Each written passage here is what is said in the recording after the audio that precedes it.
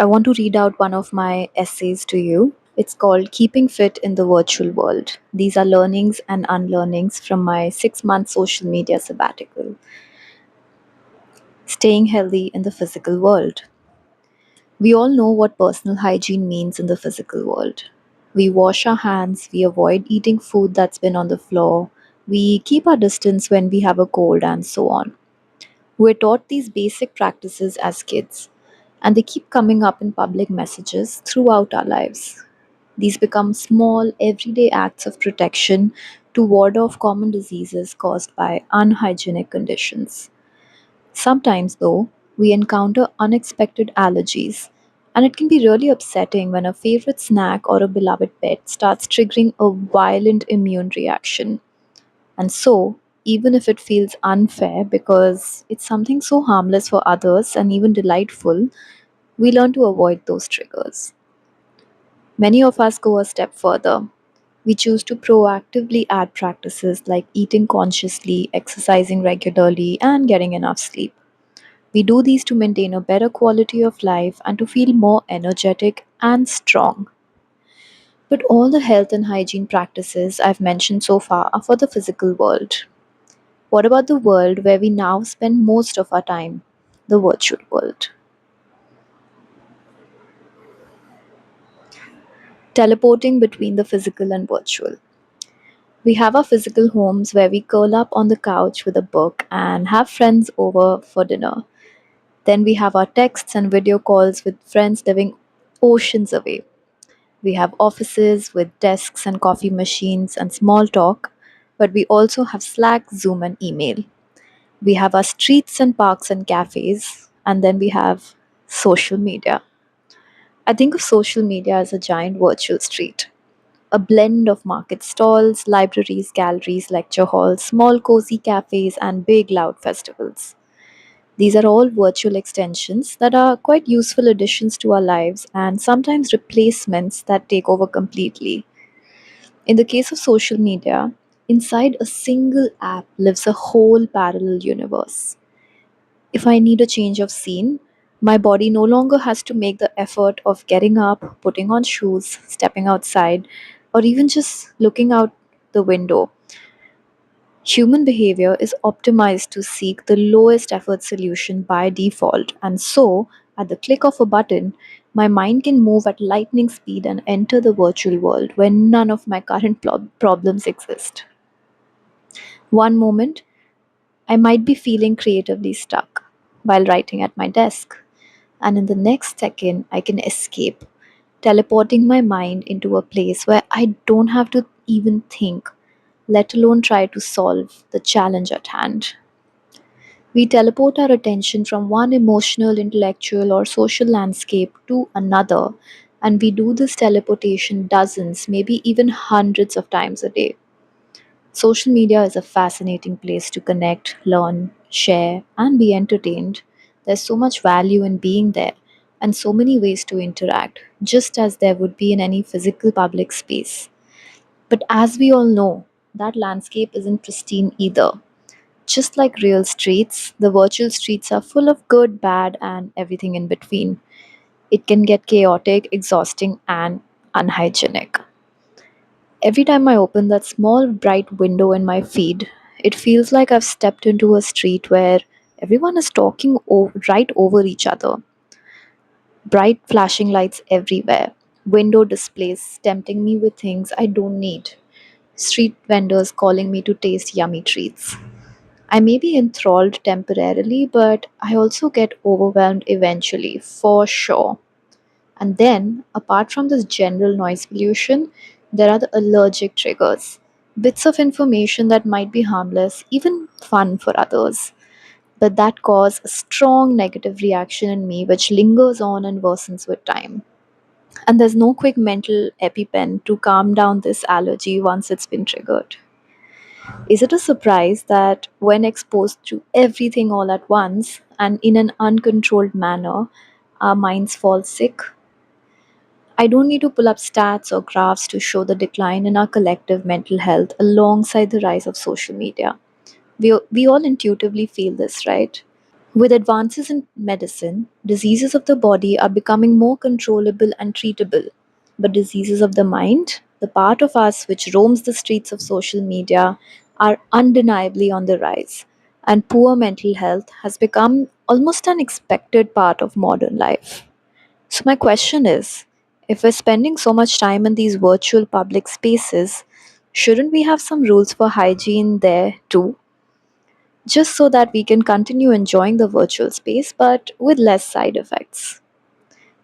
Some of you may choose to completely avoid that world altogether, and that's fine because each one of us has a different lifestyle anyway, both online and offline. For me, a complete disconnect isn't the solution, and that's something I've realized during my 6 month break from social media. There were so many things I enjoyed about it, and I've written more about that in a different piece. But I also started seeing absolute withdrawal out of fear as a form of virtual agoraphobia, which is the extreme fear of public spaces. I do need to engage with the world, both physically and virtually, because the virtual world has become an undeniable extension of real life. But there must be a healthier way to do it, right?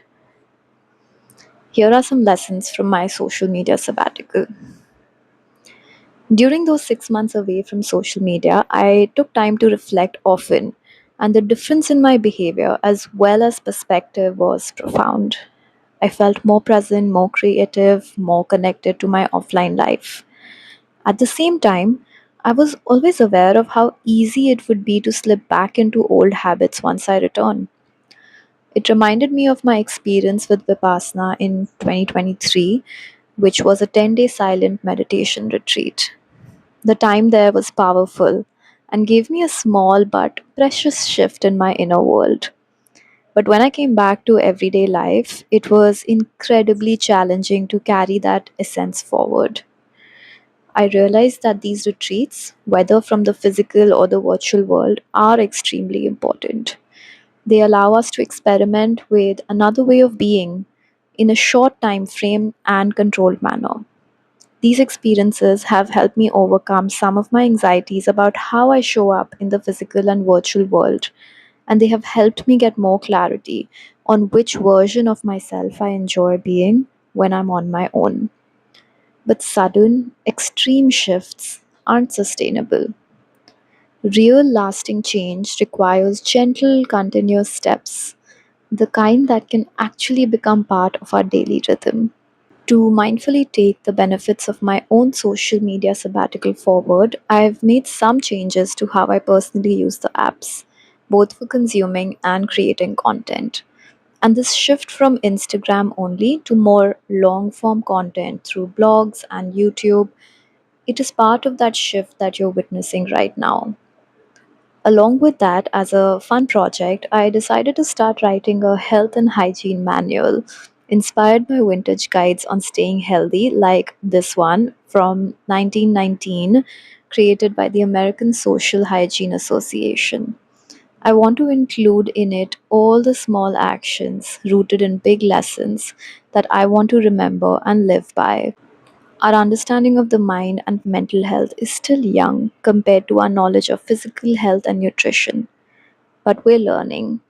And I hope that this is my small way of helping move that conversation forward. A quick reminder, if you feel like it, go ahead and customize these upcoming lessons for yourself or toss them out altogether. This isn't a complete guide to anything. It's just a starting point and invitation to think more intentionally about how we move through the virtual streets. So, let's begin. Lesson number one, double check your guest list.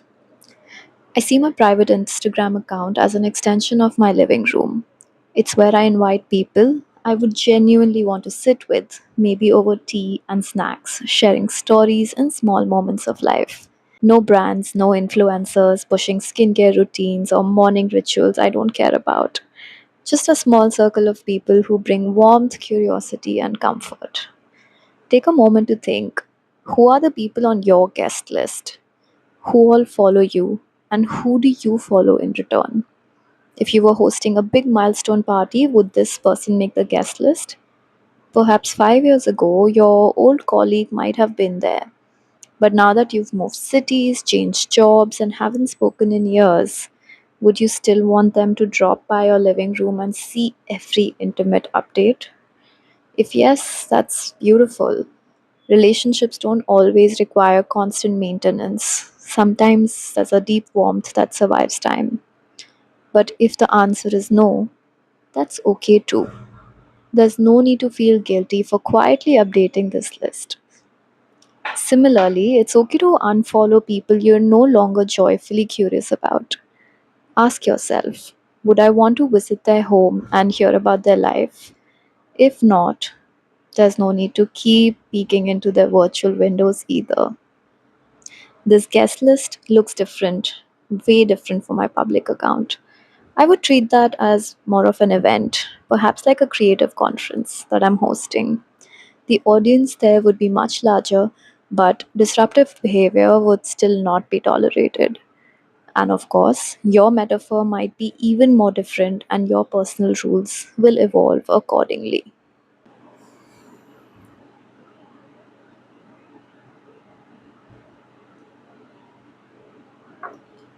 Lesson number two: slow down the scroll. The title sounds simple enough, right? But let's unpack why that is so important. Have you heard about the concept of narrative transportation?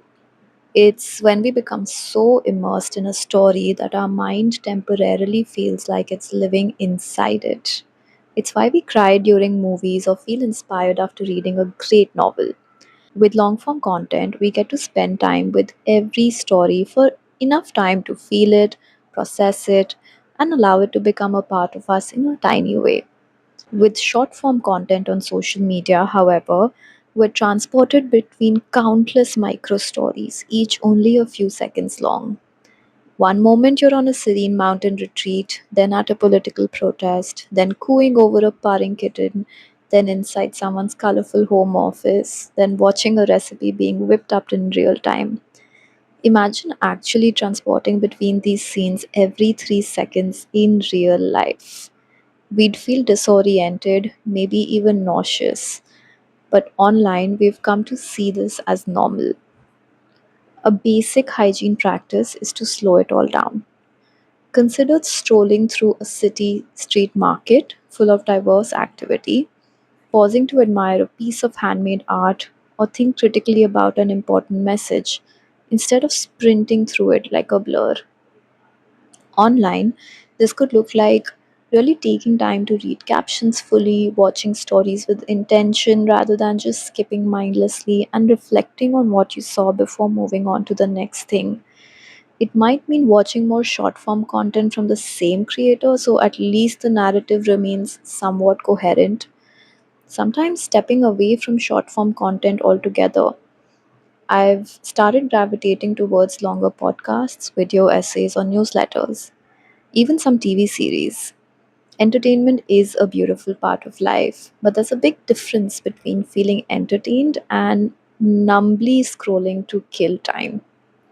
When I scroll out of boredom, 20 minutes vanish in a blink, leaving me feeling oddly emptier.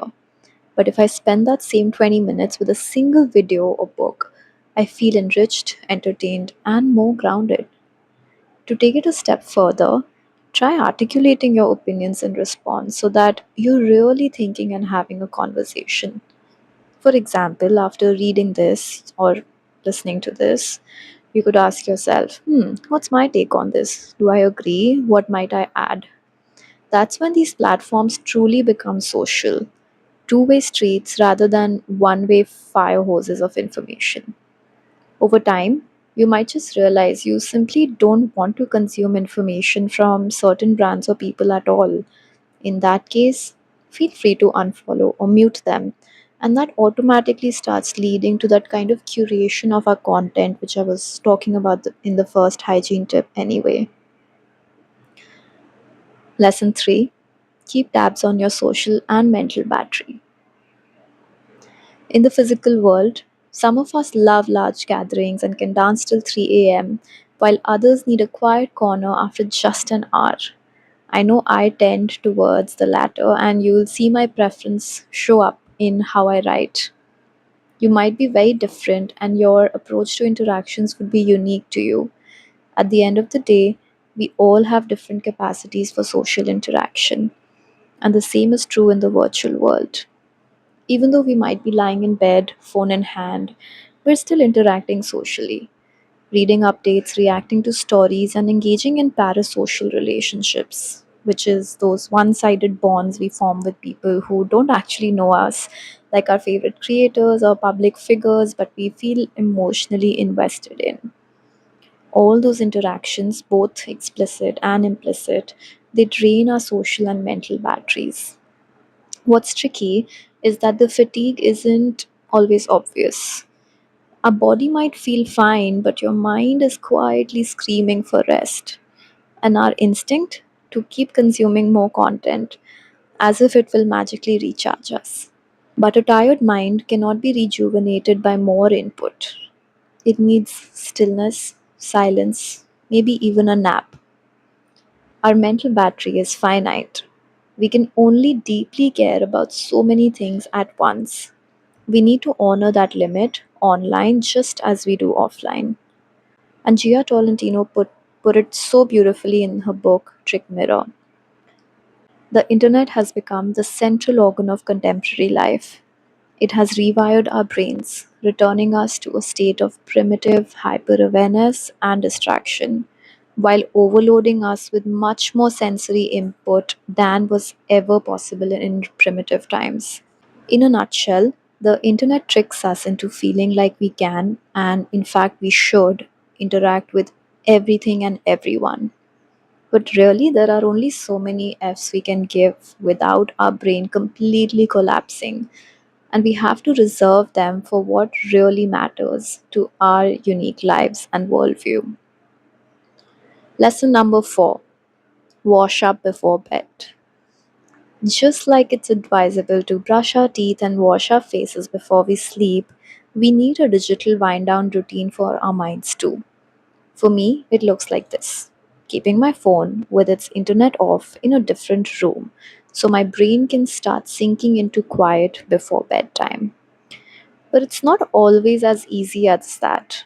Many a times, especially when my brain has been working at manic speed in the evening, I need to do a cool down stretch. Exactly how I'd cool down after an intense run or workout. My nighttime ritual to help my mind calm down includes a calming audios on Spotify, slow living content creators, and a nightlight in my room which looks like there's ripples of water on the ceiling. On difficult days, these act like gentle balms, helping me slow down before fully switching off. Lesson 5: speak softly with intent. Years ago, I heard someone say, if it's not on the gram, did it even happen? At that time, it felt lighthearted and fun. In the 2010s, we loved showing off our highlights and sharing all the fun and proud moments. But over time, that phrase began to feel heavy. Instead of capturing joy, it started to feel like a mandatory performance, a documentation ritual that defined the value of an experience. For example, at the end of many enriching real world social experiences, such as design conferences, I felt that the experience wasn't fully complete until I had posted about it on Instagram and LinkedIn. And when the response was kind of tepid to that post, I'd feel a small sting, as though my real life experience had been invalidated somehow. In 2024, while self publishing my first book, Inspired, The A to Z of Creative Unblocking, I found myself slipping even deeper into performing for the algorithm. I tried posting regularly, hoped every post would resonate. I experimented with content calendars. I'd get excited brainstorming topics, but then freeze when it came time to record or write.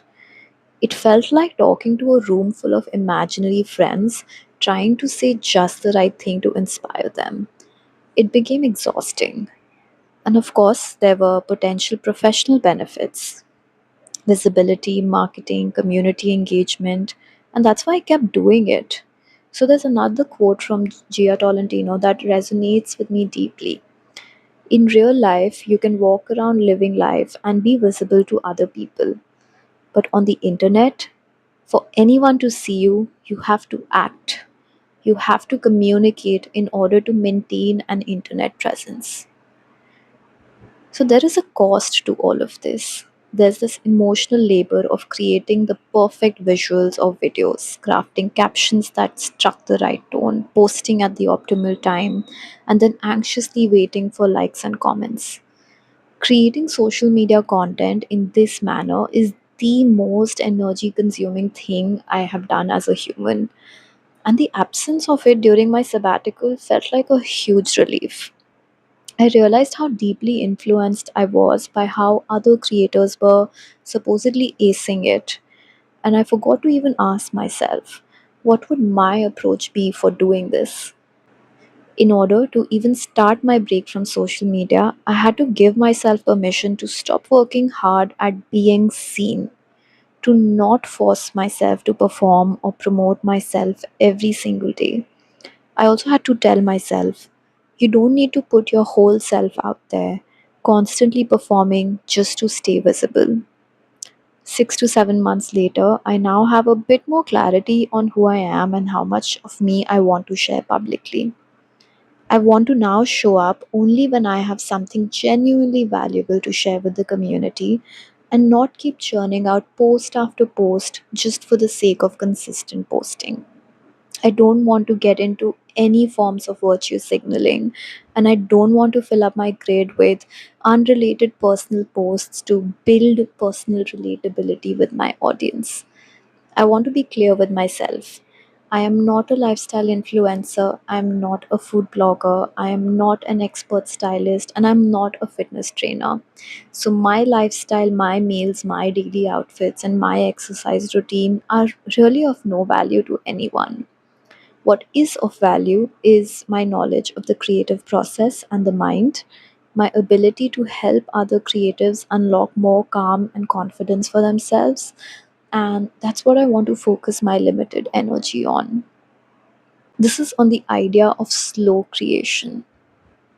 I want to keep writing to remember, to remind my future self. And that's why I'm writing this. Not just to create more content, but to deeply understand my own experience and invite you into the conversation. But it's a slow process. This article that I wrote, it took me a whole month to write this all down. Not because I type slow, but because I kept asking myself, what else am I missing? And then, sometime over this last week, I had to simply accept and remind myself that comprehension doesn't happen all at once. It happens in layers over time. We need to keep reflecting, articulating, and even sharing before we're 100% done.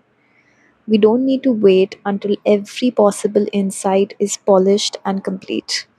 There are more such hygiene practices for the virtual world still forming in my head. They're slow cooking, and I'll write about them when they're ready. In the meantime, I'd love to compare notes with you, dear reader, and now dear listener. What if we become like gym buddies but for our minds? So tell me, what has your relationship with social media felt like? What have you learned or unlearned about your own mental health here? And what are your best hygiene practices for the virtual world? I would love to hear from you. And before I go, a reminder that if you'd like to explore more about the mind, creativity, and gentle ways to unblock yourself, I invite you to read my book, Inspired: The A to Z of Creative Unblocking. It's a compassionate guide full of small nudges to help you reconnect with your creative self. Anyway, thank you for hanging out with me here. If this resonated, feel free to tap the like button and then maybe go outside for a minute, stretch your legs, take a few deep breaths. See you next time.